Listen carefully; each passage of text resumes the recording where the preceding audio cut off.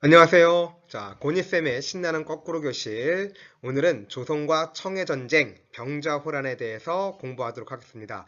자, 먼저 좀 배경이 좀 바뀌었죠. 슬라이드를 좀 바꿔봤습니다. 그래서 칠판 색깔로 좀 바꿔가지고 약간 좀 더 수업의 분위기를 좀 살려봤는데 어떨지 모르겠습니다. 자, 그러면 이제 본격적으로 수업을 시작하도록 할게요. 자, 이번 시간을 통해서 여러분들이 이것만은 꼭 알아주었으면 좋겠습니다. 첫 번째는 뭐냐면 바로 광해군의 중립 외교에 대해서 살펴보도록 할 것이고, 두 번째는 병자호란이 일어나게 된 직접적인 원인은 무엇이었는지에 대해서 여러분들이 기억을 하셔야 될 겁니다. 자, 그럼 먼저 광해군에 대해서 먼저 살펴보도록 할게요. 자, 임진왜란이 선조 때 일어났죠. 선조가 죽은 다음에 왕이 된 사람은 광해군이었습니다. 자, 왕이 된 광해군은 가장 먼저 전후 복구 사업부터 전개를 해야 되겠죠. 황폐화된 농경지를 개간했고요. 그 다음에 민생 안정과 재정 확보를 위해서 토지와 인구를 다시 조사했습니다.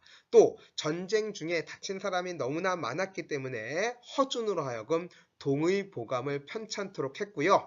또한 경기도에 한해서 시험적으로 대동법을 실시를 하게 됩니다. 자, 이 대동법은요, 여러분들 나중에 조선 후기 경제사에서 매우 중요하게 배울 부분이니까 관심을 갖기 바랍니다. 자, 그 다음에 광해군이 펼쳤던 매우 중요한 외교 정책이 있습니다. 우리 중립 외교입니다. 별표 해야 되겠죠? 매우 핵심적인 내용이라고 보면 되겠습니다. 자, 우리 임진왜란의 결과 명이 쇠퇴하고 여진족이 강성해지면서 누르하치라는 사람이 여진 부족을 통일을 하고 후금을 건국을 하게 됩니다. 이 후금이 매우 강성해지니까 명나라는 후한을 없애기 위해서 후금을 정벌할 것을 계획을 하고, 그래서 조선에 지원군을 요청을 하게 됩니다. 임진왜란 때 우리 명이 너네 나라 도와줬으니까 이제 너희들도 은혜 갚아라, 이런 얘기죠. 그래서 명은 조선에 지원군을 요청했는데 이것 때문에 광해군은 딜레마에 빠집니다. 의리적으로 따지게 되면 조선은 명의 신하의 나라이기 때문에 임금의 나라인 명의 요청을 거부할 수가 없죠. 또 인간의 의리의 측면으로 볼 때 도움을 받았는데 도움을 안 준다라는 것은 사리에 이치에 맞지 않게 된 얘기 아니에요. 하지만 또 실리적으로 보게 되면 지금 명나라는 지는 해고 후금은 뜨는 해인데, 자칫 그러니까 명나라를 도와서 후금을 공격했다가 후금이 이것을 빌미로 쳐들어오게 되면 조선의 입장은 매우 어려워지는 거죠. 임진왜란을 겪은 지 30년도 채 안 된 상황, 또 전후 복구가 매우 중요해진 그런 상황 속에서 선뜻 광해군은 명을 도와줄 수가 없었습니다. 그래서 명나라도 도와줄 수 없고, 또 편을 들 수 없고, 또 후금도 편을 들 수 없는 그런 상황 속에서 바로 광해군은 이제 실리를 추구하기 위한 어느 편도 들지 않는 그러한 중립 외교를 펼치게 됩니다. 구체적으로는요, 바로 명의 요구를 거부할 수 없기 때문에 강홍립이라는 사람에게 10,000명의 군사를 주어서 명을 돕도록 합니다. 그래서 명의 요구를 수용하는 척 하는 거죠.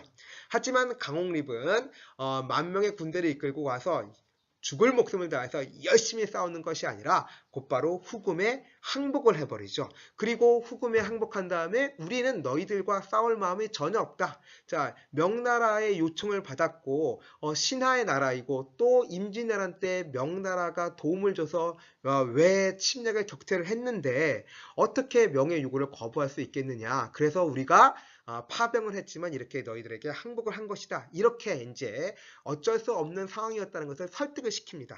그래서 결국 후금은 이를 받아들이게 되는 것이죠. 그래서 후금은 조선에 대해서 침략을 하지는 않게 됩니다.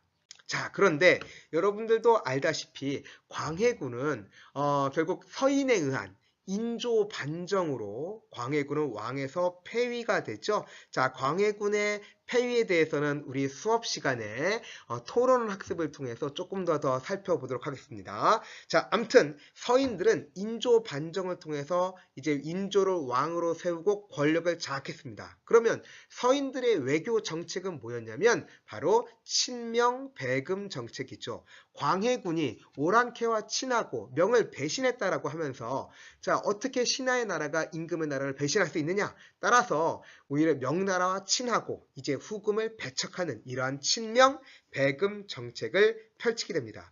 따라서 후금은 이것을 구실로 해서 조선을 쳐들어오게 되는데 이것이 1627년에 있었던 정묘호란입니다.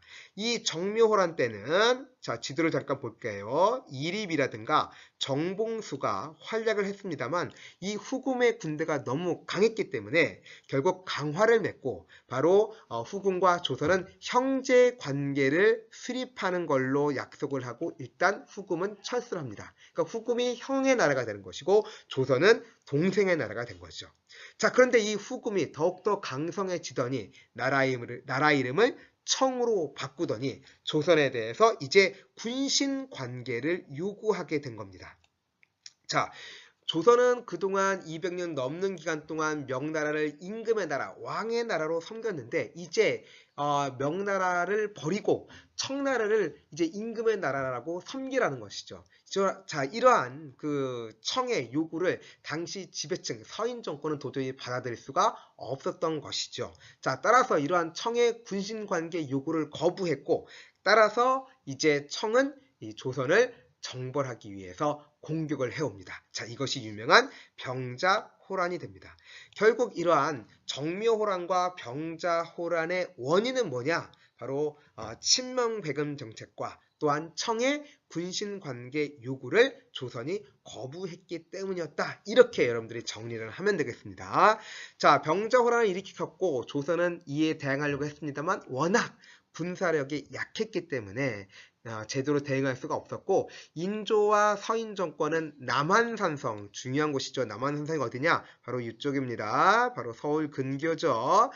오늘날 경기도 성남 지역이 됩니다. 자, 남한산성에서 들어가서 40여일 동안 항전을 합니다만 추위와 배고픔 그리고 기대했던 의병마저 오지 않아서 결국 청나라에 치욕적으로 항복을 합니다. 바로 삼전도라는 곳에서 항복 의식을 거행하죠. 인조는 삼배구 고두례라고 해서 청나라 태종 앞에서 3번 절하고 9번 이마를 찢는 여진족의 전통적인 항복 의식을 수행을 하게 된 것이죠.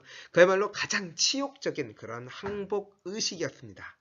이렇게 조선은 결국 병자호란으로 인해서 청에 항복을 하게 되었고 그 결과 이제 청에게 군신 관계 요구를 받아들여서 청을 임금의 나라로 섬기게 되는 것이죠. 물론 마음속에는 청을 경멸하고 또 청으로부터 당한 이 치욕을 갚자라는 의식을 갖게 됩니다. 따라서 인조의 뒤를 이어 왕이 된 효종은 청해로부터 당한 치욕을 갚자, 그래서 청을 정벌하자라고 하는 북벌론도 추진하게 되는 것이죠.